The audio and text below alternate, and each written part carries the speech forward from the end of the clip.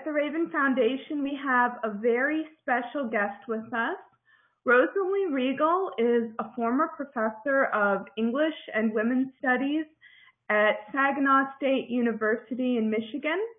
She is an oral historian, an author, an activist, and a peacemaker. She has written 4 books, including 2 about the Catholic worker movement, Voices from the Catholic Worker, and Darcy Day, Portraits from Those Who Knew Her. And she has also written a 2-part project about people who transgress the law for the sake of peace. Those books are called Doing Time for Peace, and the book that we are going to discuss today, which is called Crossing the Line, Nonviolent Resistors Speak Out for Peace. So it's a good shot of the book there. And I have found Crossing the Line to be a thoroughly engaging and enlightening compilation of resistance stories from some of the most courageous and inspiring people I had never heard of. So Rosalie Riegle gives these people a voice and a venue for sharing their stories, transporting readers not only across the line of military facilities where these courageous peacemakers carried out their actions, but she also takes us behind the bars into the prisons where they lived out the consequences of their actions. And in doing so, she shows us both the military-industrial complex and the prison-industrial complex through the intelligence of the victims. So, Rosalie, welcome. We are so honored to have you with us today. You know, we do a lot of talking about nonviolence at the Raven Foundation, and that's wonderful. And we hope to give people a theory of nonviolence to live out.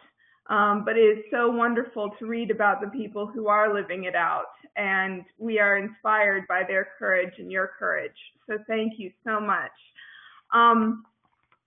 Would you like to tell the listeners more about who you are and how you became involved with the Catholic worker, or how you met Darcy Day, whatever you want to tell us? Well, sure.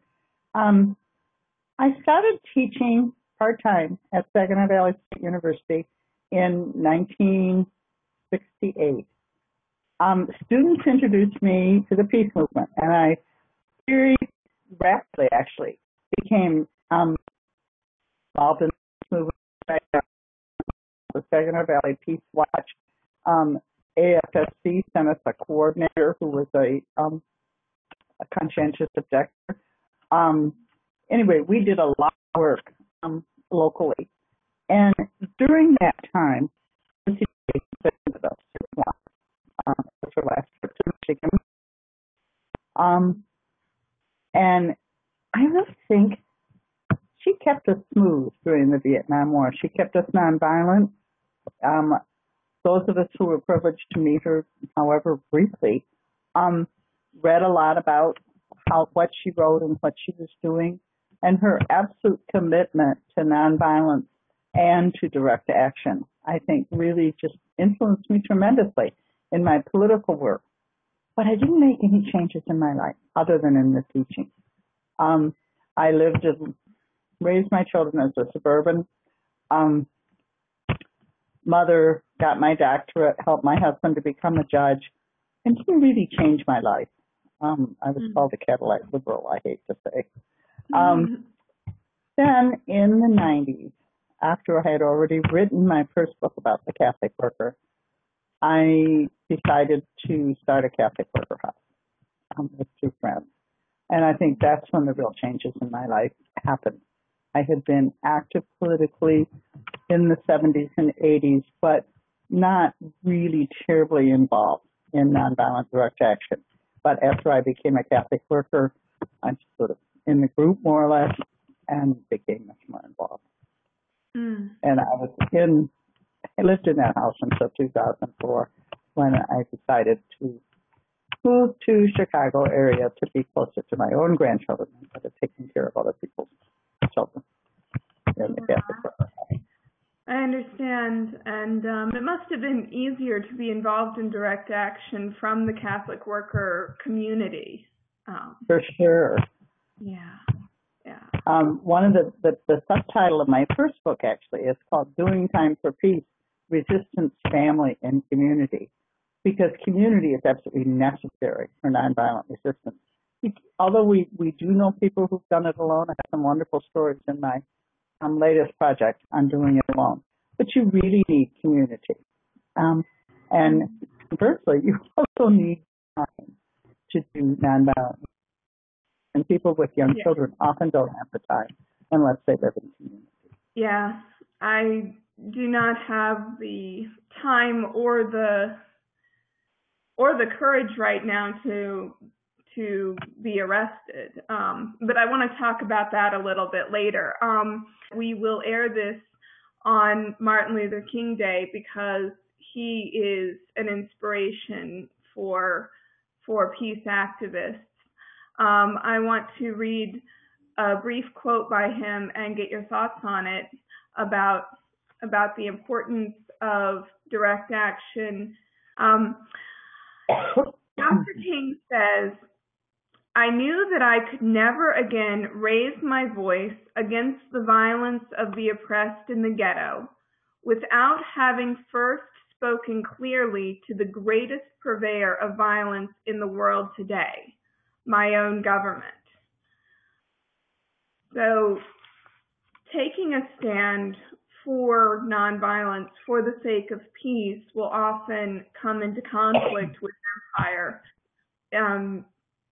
And for the United States, where our military budget is greater than most of the rest of the world combined, that's especially true. So as we talk about nonviolence today, I think we should keep Dr. King's influence in mind.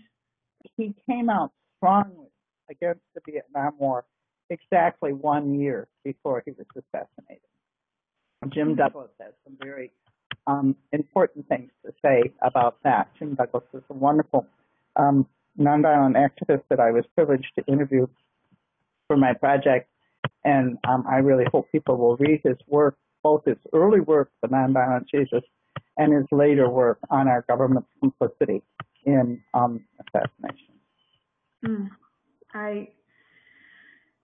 Thank you. I would love to read them. I would love to read more by him. What kind of direct action was he involved in? Jim was, he's actually profiled in my first book, The Resistance, Family, and Community. He and his wife, Shelley, coordinated the action against the Trident submarines coming into the naval base in Washington State. Wow. And they called their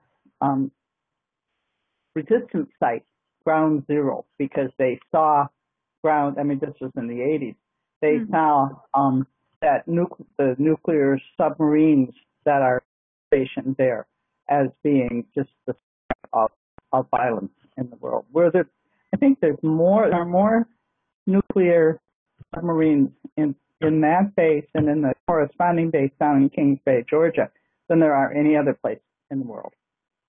Very dramatic action, and that's profiled in my first book, actually.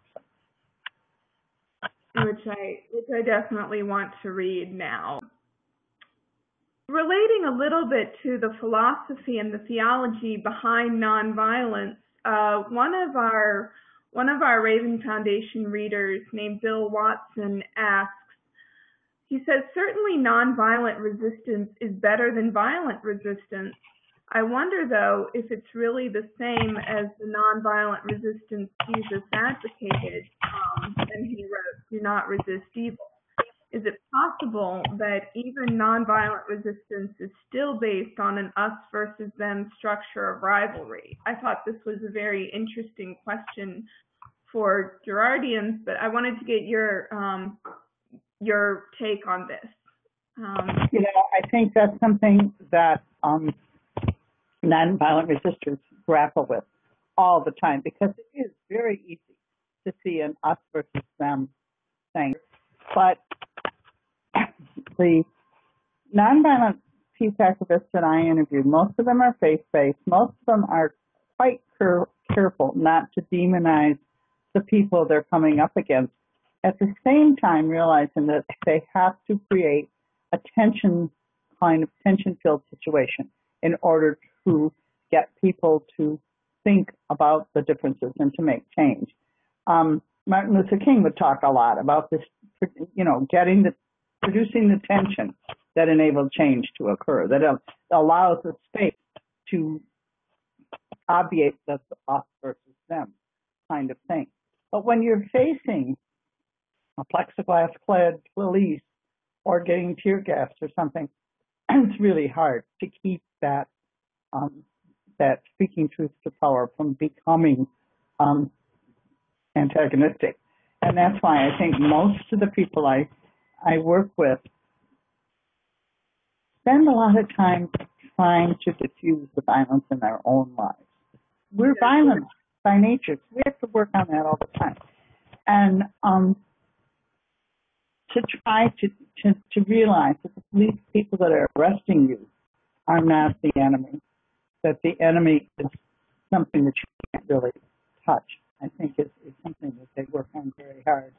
But I want to get a little bit to the nonviolent Jesus. All his actions were based on the principle of love, which is the opposite of violence. And I think that we talk a lot, maybe too glibly, about the nonviolent Jesus. But we really believe that his life and his life of love and sacrifice was the principle of nonviolence. And yes, he did throw the people out of the temple. He destroyed property. But that doesn't mean that he was a violent person as far as the way the institutions are violent. I agree. And well, turning people out of the temple was, it could be considered a form of violence to be thrown out of somewhere against your will, but nowhere does it say that he physically harmed them. And he was overturning a system of sacrifice within the temple that was doing real damage, real economic damage, and real spiritual damage to the people. And the animals were probably struck with the whip, but being driven out of the temple, they were actually saved from slaughter. So I think all of that is something to keep in mind. And going back to what you said about the importance of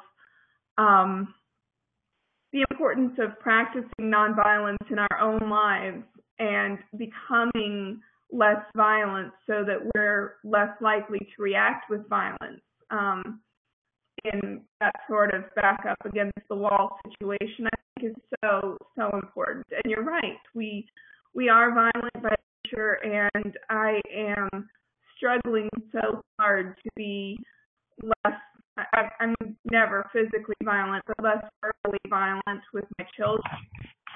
It's a very difficult thing. It's something to work on every single day. I'd really love to talk more about methods for calming yourself and staying calm and not reacting violently. I think that's worth an entirely separate discussion. But I don't have the time for that right now. So I want to talk more about the book itself. And I should tell everyone that in making this book and its companion, which is Doing Time for Peace, Rosalie interviewed 173 peace activists. Is that right? About 173? And that's amazing, and that's absolutely wonderful. So you begin your book with resistors from World War II, and that's a war that even many of today's pacifists consider to be a good war. You yourself in the book said that you grew up considering it a good war. Can you describe how you came to a different perspective and what you learned from some of the resistors? Well, I think I came to a different perspective actually before I started to write the book, and it's one reason why I included World War II people in the book. I taught a course on TA'd a course on the Holocaust when I was getting my doctorate at the University of Michigan. And we thought a lot about what could have been done to stop it and what wasn't done. And I also had a lot of, I guess, more in-depth study of U.S. history, realizing, for instance, that after World War I, not only did we set the scene for World War II with the extensive reparations, you can make all sorts of connections between what's happening now in the Middle East and what we did to Europe after the First World War. But the World War II was heating up. There were a lot of pacifists in the United States that thought, if we can be nonviolent, if we can make a nonviolent society, we won't have war. That's right, because as soon as war was declared, jumped on the bandwagon. All the people who'd been against the war became pro-war. And this is in spite of the fact that they did not help the Jews that were trying to get into the United States. You know, we turned back ships, and there's just all sorts of horrible things that I learned about our economic guilt in the beginning of the war and during the war. But there were Christian pacifists and other pacifists who were conscientious objectors and draft refusers during the Second World War. And I was able to interview some of them. One of the ones that most impressed, well, they all impressed me, I guess, was Phil Lovell. I interviewed him in Evanston. He was born in China, missionary parents, graduated from Yale, was student at Union Seminary and one of what they called the Union Aid seminarians who refused to register for the draft. Now they were exempt. So this was very definitely a political statement, standing in union with other Christian pacifists. Some of them went to jail twice. Bill went to jail once and then went to Chicago Seminary and graduated and was a Presbyterian minister for his entire life. And he said something, and I'd like to quote it if I may. I have to find it. Hold on a second. Okay. He said, "We didn't have an answer to Hitler.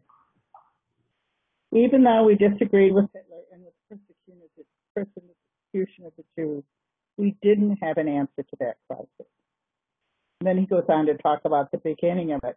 And then he says, and I think this is so important, he says, "I've come to see that someone who calls himself a Christian pacifist cannot be responsible for an adequate solution to every crisis and must finally decide that he or she has failed. But you still go on and witness to love as the final purpose of God over and against any evil of this time.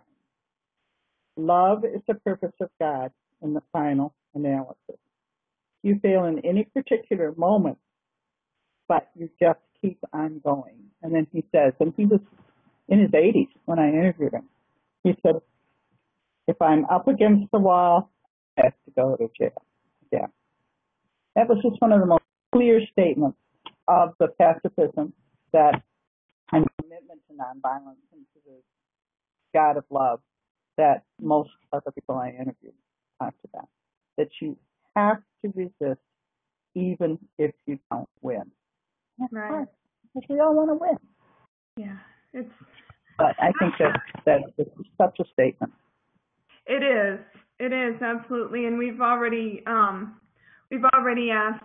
answered a little bit of my friend Mary Otten's question, who brings up those examples from when resistance just seems hopeless. And I think we have to keep going anyway. I think it was Mother Teresa who said, "Our business is fidelity, God's business is success." I think that was Mother Teresa. And that's something to keep in mind. I also want to just briefly mention the story of Andre Trocme. Do you know who he is? I'm sorry. Andre Trocme? No, I don't think so. He was French, and he was a resistor during World War II, a nonviolent resistor who housed maybe 70 Jews. I mean, in France, that was right on the front lines of the war, and he housed about 70 Jews, I think, and kept them safe. During World War II, completely nonviolent. I believe he himself was captured and released, which is amazing. And it's been years since I've read his story, but that's always stuck with me as one way that real people were really saved through nonviolence. And I just wonder how different the world would be if more people were like him and like the resistors. And I think that the witness is very a lot of courage. It I'm sorry? took so much courage for him to do that. And I think, when you think back about World War II, there were lots of courageous people, and we're still finding out about them, who risked their lives and sometimes lost their lives to save Jews and to fight for freedom. I'm thinking particularly the French resistance, although that was pretty much, there was a lot of demonizing going on in the French resistance. But that courage, we are also afraid, and our culture teaches us to be afraid, particularly since 9/11, since we have a brand new demon group of people to be afraid of. And I think that do not be afraid, God is with you, is something that keeps all sorts of resistors going, no matter what kind of resistance they do. Because the fear is a very real thing. That must be so important to try to not be afraid. I don't know if they can cast out fear completely. Perfect love casts out fear. And I think that's absolutely right to point out that there were so many courageous people that we haven't heard of. And I think telling their stories, learning and telling their stories could slowly change our fear mentality. So that's why I think your work is so important. And speaking of this fear mentality, I think that leads really well into the next question. We're going through sort of chronologically. We talked about Hitler in World War II. And I think one of the most beautiful narratives in the whole book is that of Judith Malina, who was an activist with Dorothy Day in the 50s, and she actually shared a cell with Dorothy Day. And she was just, according to the story, it seems like there must have been more to it, but you're right that they were arrested just for sitting out in the sunlight when they should have been hunkered down in an air raid drill. Is that were they really just arrested for sitting outside? They were. This was it was such a silly law. It was one of these laws passed to instill fear into the U.S. public during the Cold War, when we and Russia were both building nuclear bombs like crazy. And the government said, well, if a nuclear bomb drops, you'll be safe if you go down the basement, basically. Not true at all. You're not going to be safe if you go into a basement. You might not die right away, but you'll die when you come back up. So they had these air raid drills. And Dorothy rightly said, Dorothy and a few other Catholic workers, this is crazy, and I'm not going to obey. This is, drawing a blanket of safety over something that's not safe at all. And so she sat in the sunlight with about 27 people, and number kept growing and growing until War Resistance League finally joined it and it became a huge action, with hundreds of people, thousands of people, and then they stopped it. They got rid of the law. But when Judith was arrested, the thing that was interesting is that she didn't know Dorothy. She was a Jewish anarchist. Dorothy was a Christian pacifist who had a soup kitchen. But they met through this action and were jailed together. And it was just a wonderful story of two women becoming close. And I've got so many stories like this of women and men becoming close to the people they're arrested with and also other prisoners through spending night and day in a jail cell with people. So they had wonderful times together, and they became dear friends and remained dear friends for all of Dorothy's life. One cute story, it's not in this book, but it's in my Dorothy Day book, is about how they broke the window in the cell. They broke the window? Yeah, and they were so afraid that they'd get caught breaking this window. And, they couldn't get out or anything. It was fired. But, they did have a hole in the window from Judith's shoe. And how they were going to deal with this if they got caught. They didn't. But the wonderful close friendship. And Jude Molina is still alive. So yeah. wonderful. Yes, and she's an actress, and Yes. She acted into her old age. I saw her, 3 years ago at the Living Theater in New York, and she was in films back when she was up in her 80s. Wonderful woman. I just thought it was an amazing story just to be arrested for sitting out in the sunlight, but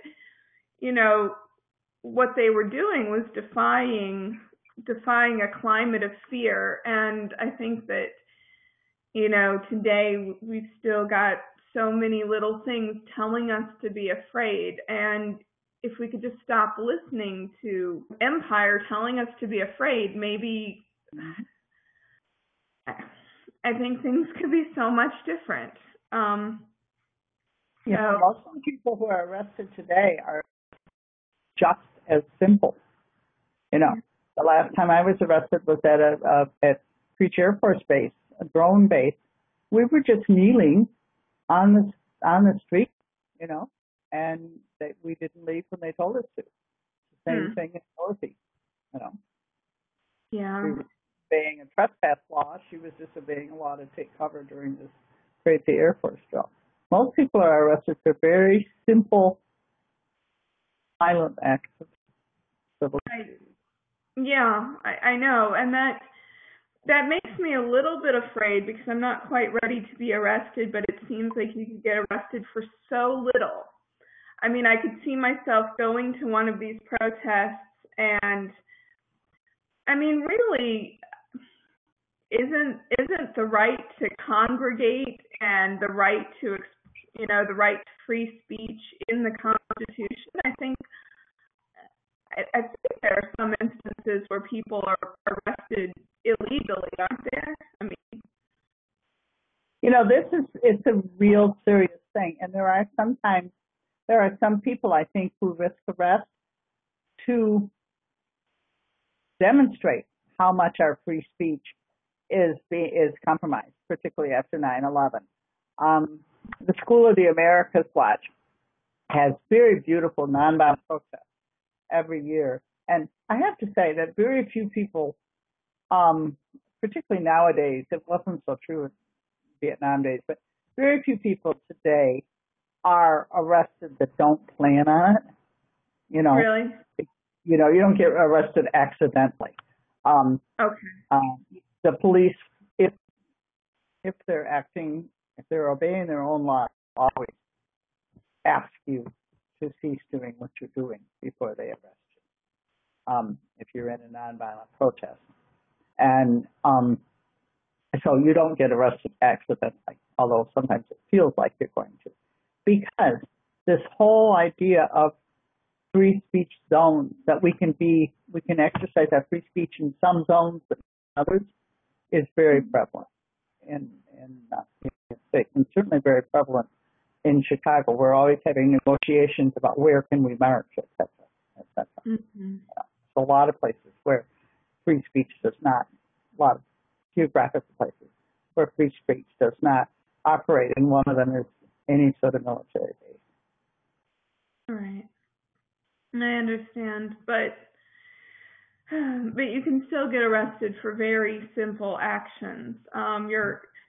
Your book had a wide range of actions for people getting arrested, anywhere from just simply literally crossing a line and doing no harm whatsoever to acts of property destruction that were much more than symbolic, especially in Europe. I saw more really destructive actions in Europe than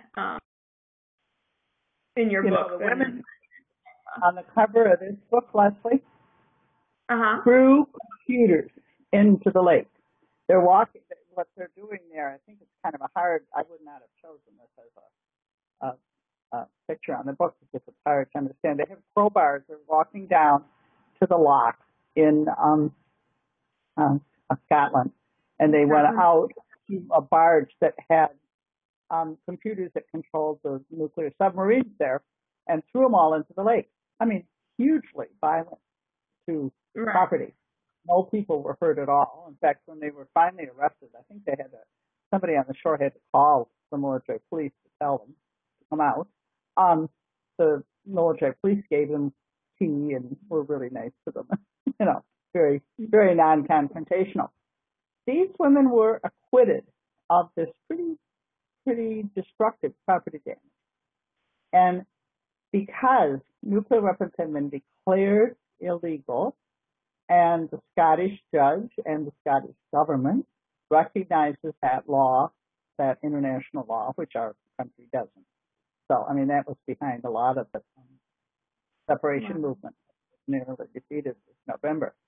But these women did serve time in jail because they were in jail between arrest and trial, but they were acquitted for that property destruction. We don't do that kind of thing usually in the United States. Not no, I could imagine really horrible long-term prison conditions for that sort of action in the United States. So, well, I do remember reading about that action in the book, and I remember other all-women actions that you talk about in the book as well.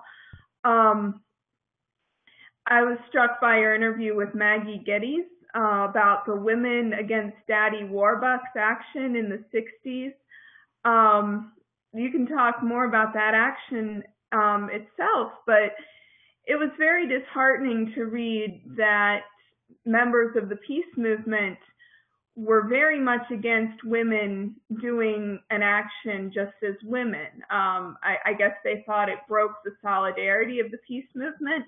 And it was really hard to read. I mean, even Phil Berrigan was strongly opposed to it, and he's a big name in peacemaking circles. And I want to hear your take on that story.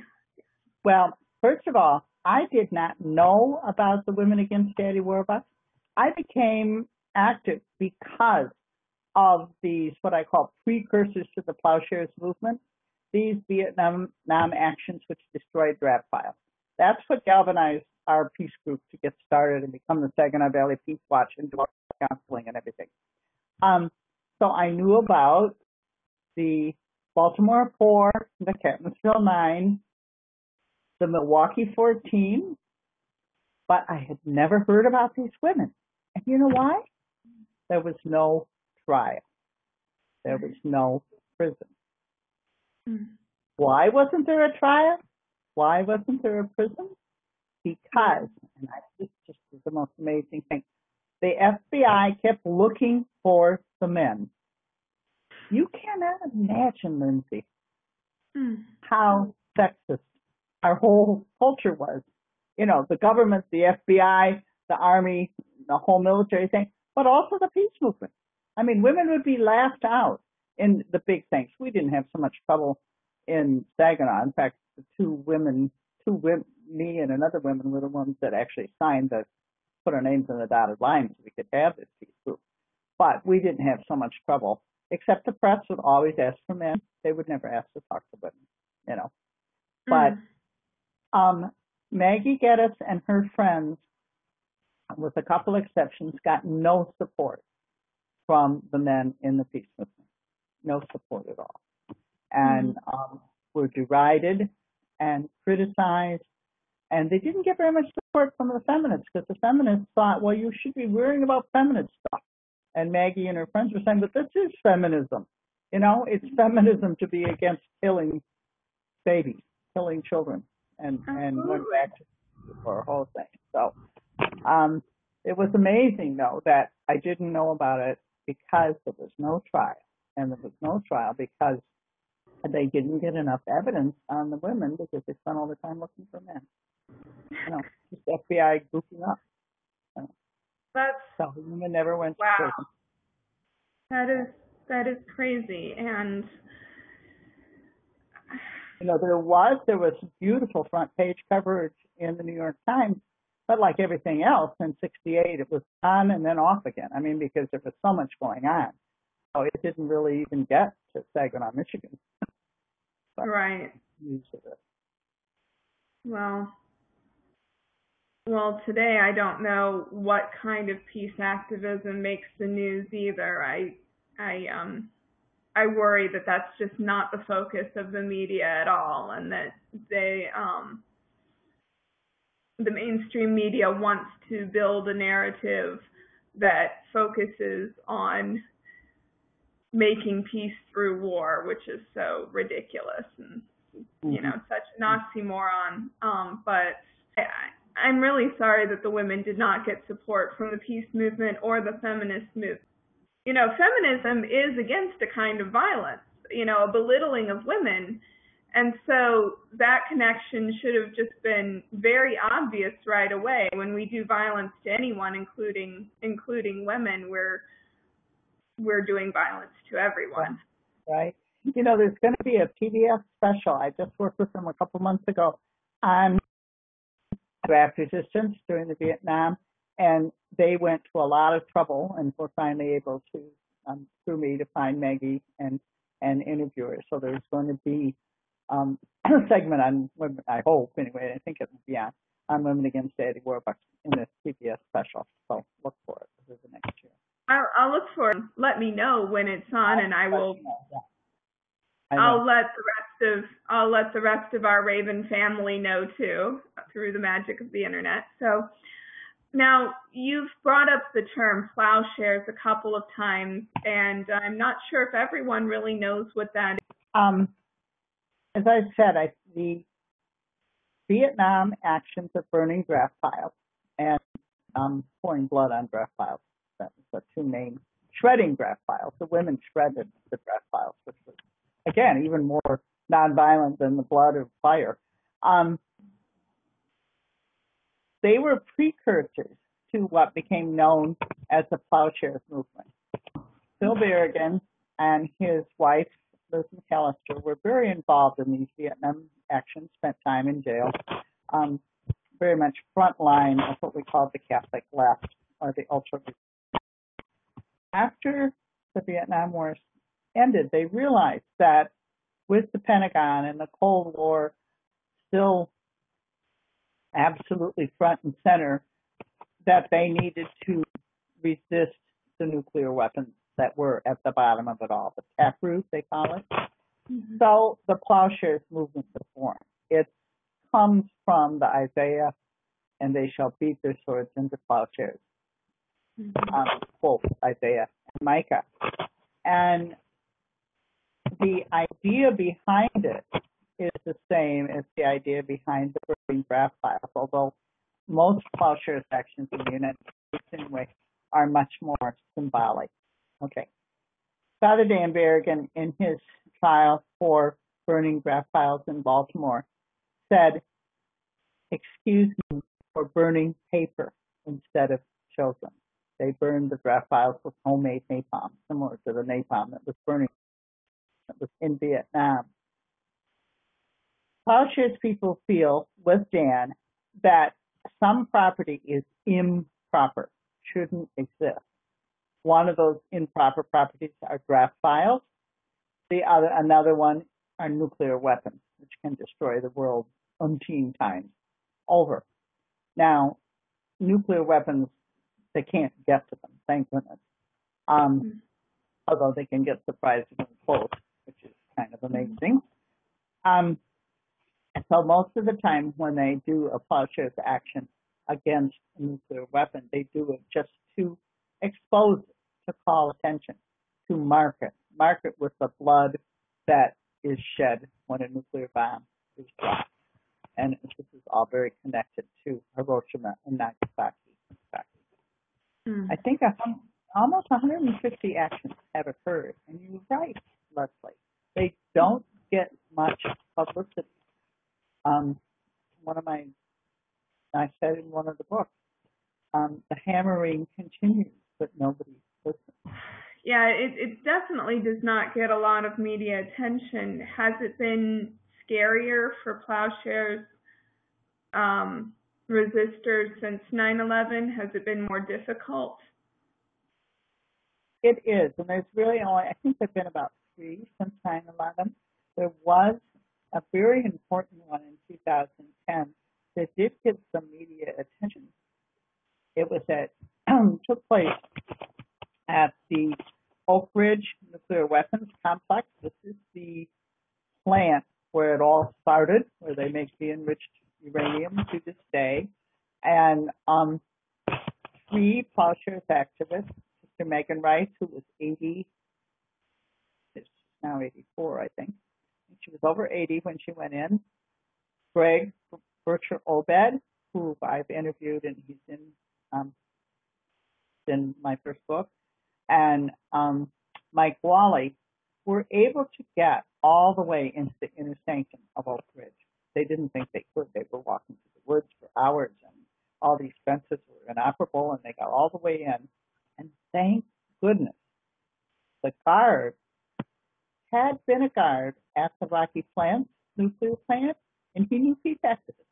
He knew they were nonviolent, and he didn't shoot them. He could have shot them dead. He didn't shoot them. He was fired. He was fired. He was fired for not shooting. He was fired for not shooting them, basically, because he didn't follow directions. He just told them to lie down and wait. And anyway, so there was a big trial, and they are now in prison. And there's going to be a very good book about it by a Washington Post writer. So that is going to, we hope, alert the public to the tremendous number of nuclear weapons we have and how the government is putting millions of dollars into refurbishing them and making them still all ready to fire them. It's going to be a wonderful book. I'm looking forward to when it comes out. I'll have to keep in touch with you again. But I find it just so tragic that the guard was fired for not shooting. I mean, I would think it would be illegal for him to shoot unarmed. They were what's called a deadly force zone. They were in what's called a deadly force zone, and there's a sign. Let me see. I think I have it. I think I have that sign in my book that that alerts anybody that's there that they can be shot. Usually, plowshares people don't go into deadly force zones. They don't usually get that close because nonviolence is not. You don't want to encourage other people to do violence either. So I mean, they don't want to endanger themselves. They don't want to encourage other people to do violence. I mean, that's why they may lie down to resist arrest, but nobody ever hits out or anything like that when they're being arrested, because that's nonviolence, that's provocative. And I'm not sure, maybe that picture didn't get in the book, but there is very definitely a sign that says that when you're entering these deadly force zones that you can be shot on sight. They don't have to warn you or anything. That makes a lot of sense. And it's good to know that usually nonviolent resistors don't want to put other people in a position of doing violence as well. Our reader friend Bill Watson and I had a whole conversation, and I believe this speaks a little bit to something that he said, that if we put ourselves in the position of victims, we encourage violence either against us or on our behalf, and that's something we don't want to do. Not only for our own sake, but for the sake of the souls of the people who would commit violence against us, I would think. So, right. There is a theological concept of some people, including Greg's wife, Michelle. She's a multiple volunteers activist. Talks about the redemptive violence, that participating in the redemptive violence of the crucifixion, and when one suffers, not so much about putting oneself in harm's way or having other people be violent, but when one suffers, such as in prison, that's contributing to the storehouse of grace that will transform the world. I don't think everybody who I've interviewed will subscribe to that theology, but I think particularly people my age who grew up with that kind of theology would resonate.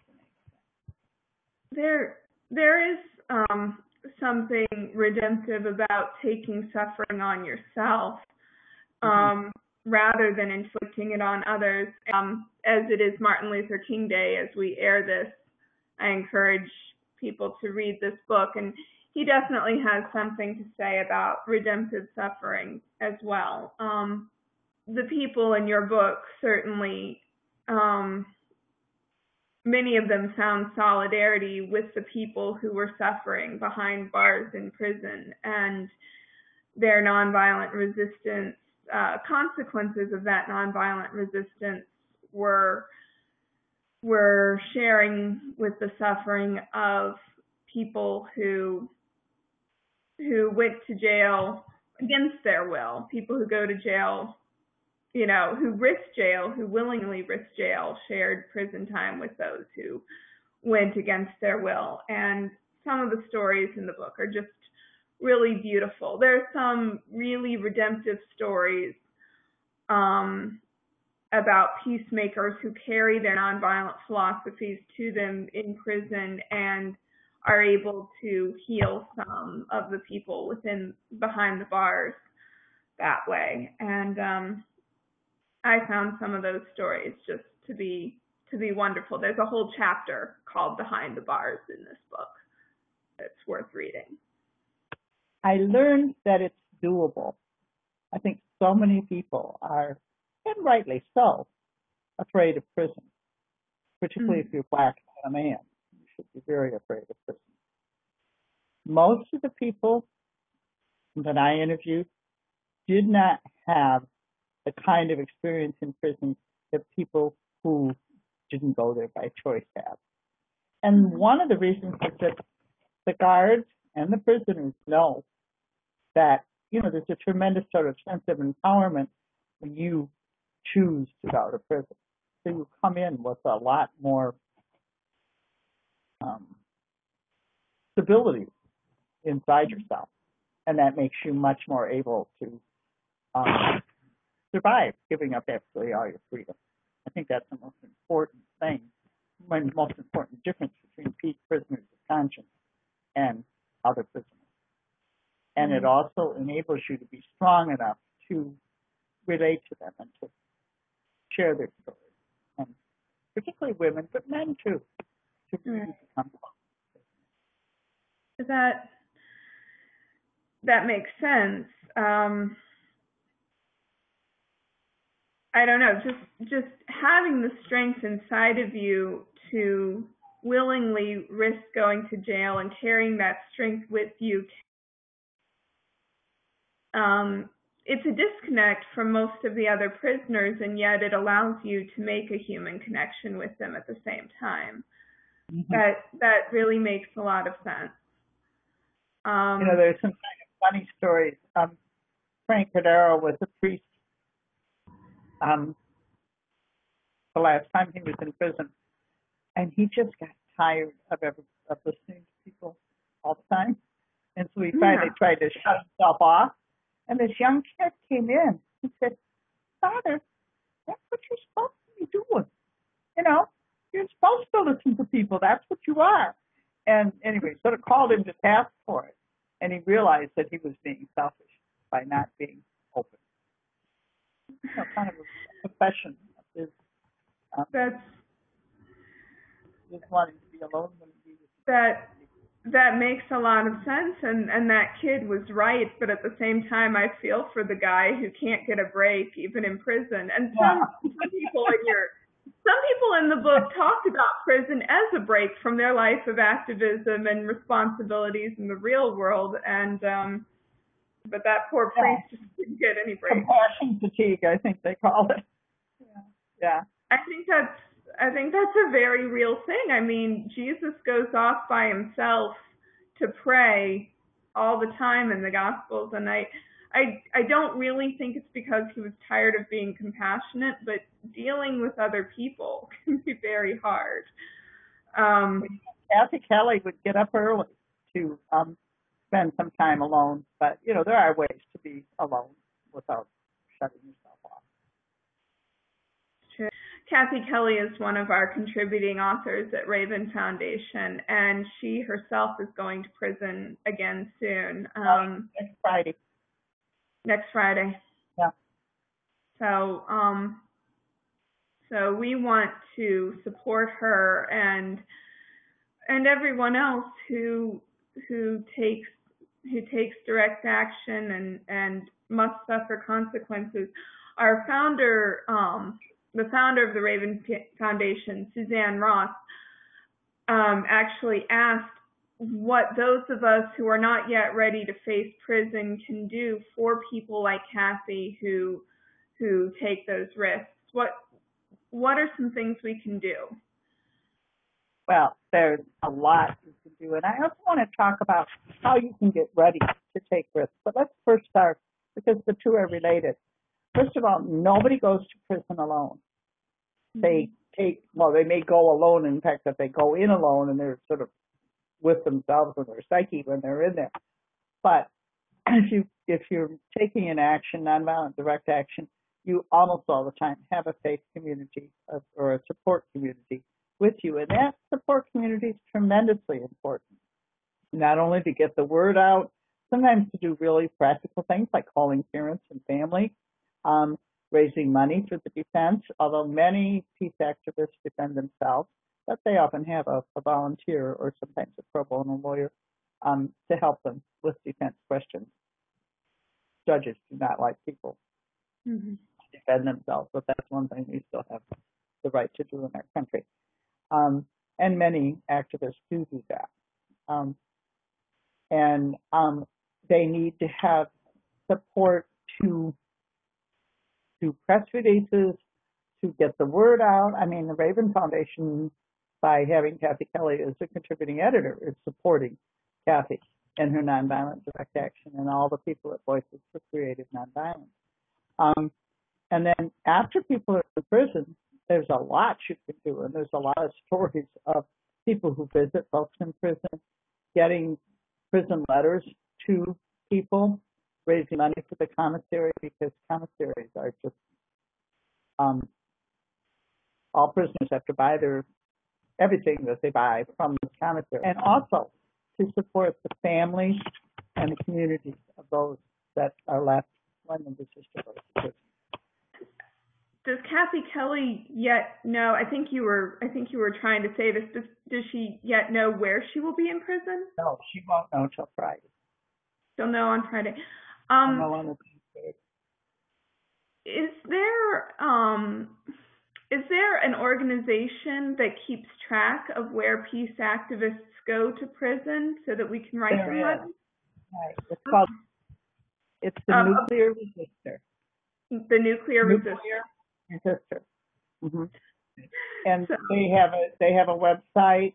I don't know whether they mail their newsletter anymore, but they have a website. They share prison address and they share news, who's in, who's out. Nuclear resistor. Okay.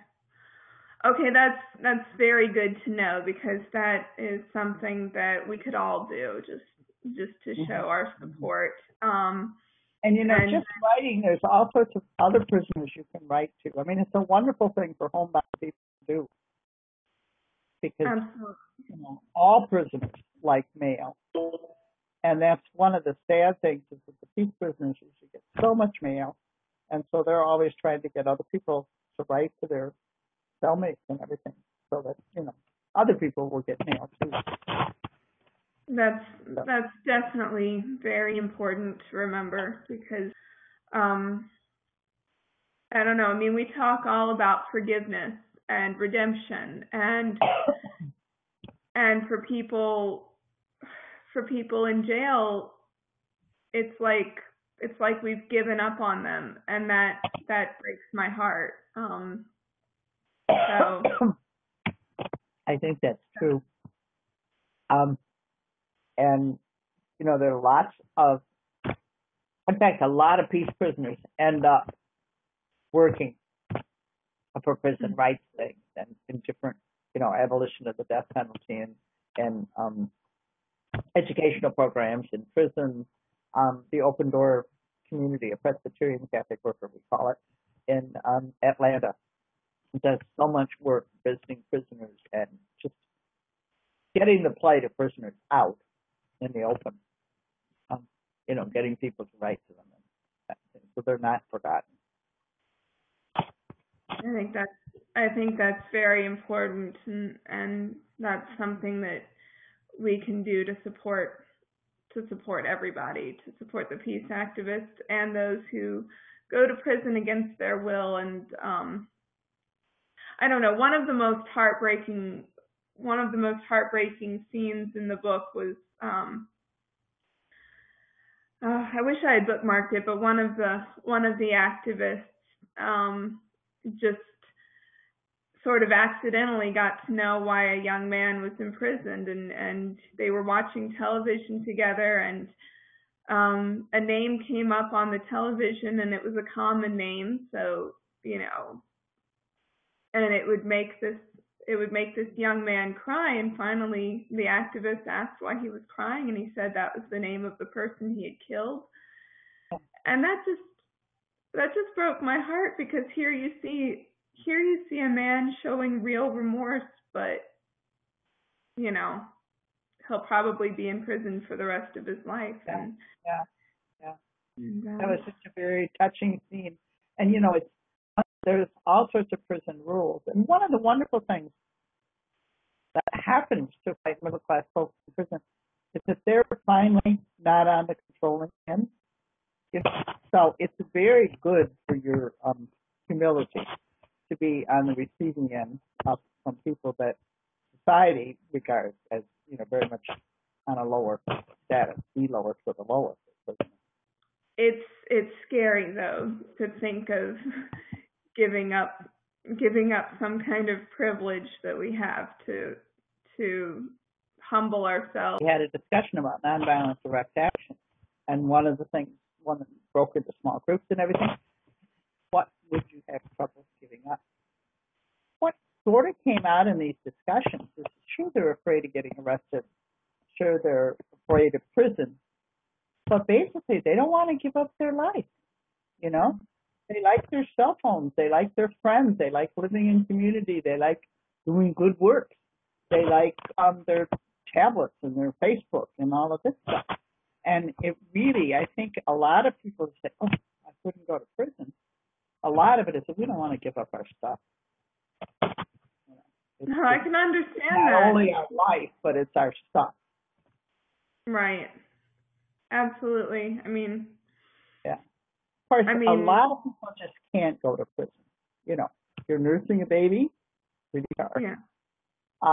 We've had lots of family people who've gone to prison, but most of the families, when someone in the community goes to prison, it's like the Berrigan family. They had other people in the community to help the family.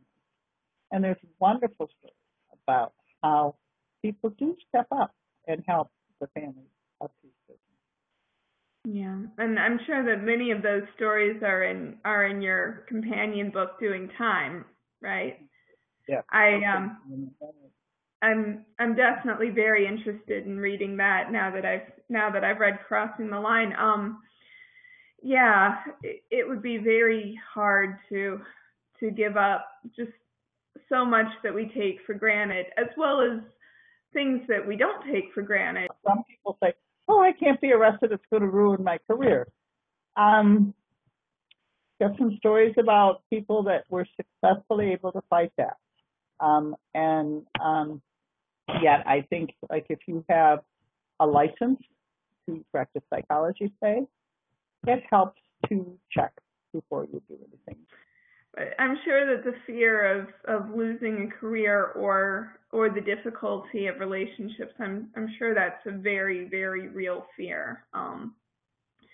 But you've mentioned all the things that we can do if we are afraid of serving time in prison. But how do we build up the courage to risk arrest and train ourselves for nonviolent action? That's one of my friends, Alma Ruth, asked that question, and I think that's a great question to wrap up our discussion as well. First of all, everyone says start small, easy. If you've never gone to a protest, go to a protest. Particularly a small. I'm still kind of afraid of big protests downtown in the Loop in Chicago because cops kill them, with all these plexiglass shields on and everything, and they're not particularly friendly. They're sort of have a reputation to uphold as not being friendly. Now, the Evanston police are wonderful. I'm not at all afraid of the Evanston police. Small actions, just being there, holding a sign, standing on a street corner is a really good way to begin. And then maybe move to where you see people arrested in a nonviolent direct action but don't participate, but just to kind of see what people are doing. I think having a support community is probably the most important thing. Talking to people about it, reading my books. I know from doing the interviews, I realized that yes, I will like to go to prison, but I'm not afraid of it anymore. I know I can do it. And I think knowledge about anything is really important. A lot of the organizations, Fellowship of Reconciliation, the War Resisters League, could you name a couple of the others? American Friends Service Committee, AIDS Day Center in Chicago, a lot of Catholic, there's the Meta Peace Team in Michigan. A lot of Catholic worker people are very trained in nonviolence, giving nonviolent training. And we did a tremendous amount, for instance, at the, before the anti-NATO protests in Chicago. There were lots of, not only lots of conferences and things like that, but actual nonviolent training. I think nonviolent training would be good for so many reasons, even if you're not trying to risk arrest. Are there ways that you can find nonviolence training, even if just for your regular life? Or well, it is. I know the Meta Peace Team does an awful lot. Some of the groups tend to do them like more in preparation for a specific campaign. But the Meta Peace Team in Michigan does them regularly. I mean, if a group asks them, they'll come and do a nonviolence training for your group, whether or not you have a specific plan. That's good to know. I will keep the Meta Peace Team in mind then. Rosalie, thank you so much for being with us. Your stories and the stories that you tell, that you amplify, are fascinating and hugely inspirational. And we are so honored to partner with you as a peacemaker. And we are so thankful for you being with us today. Thank you. I am just so glad I found the Raven Foundation. We are so glad you found us. Thank you Okay. so much. Happy Martin Luther King Day. Okay. Bye-bye, dear. Goodbye.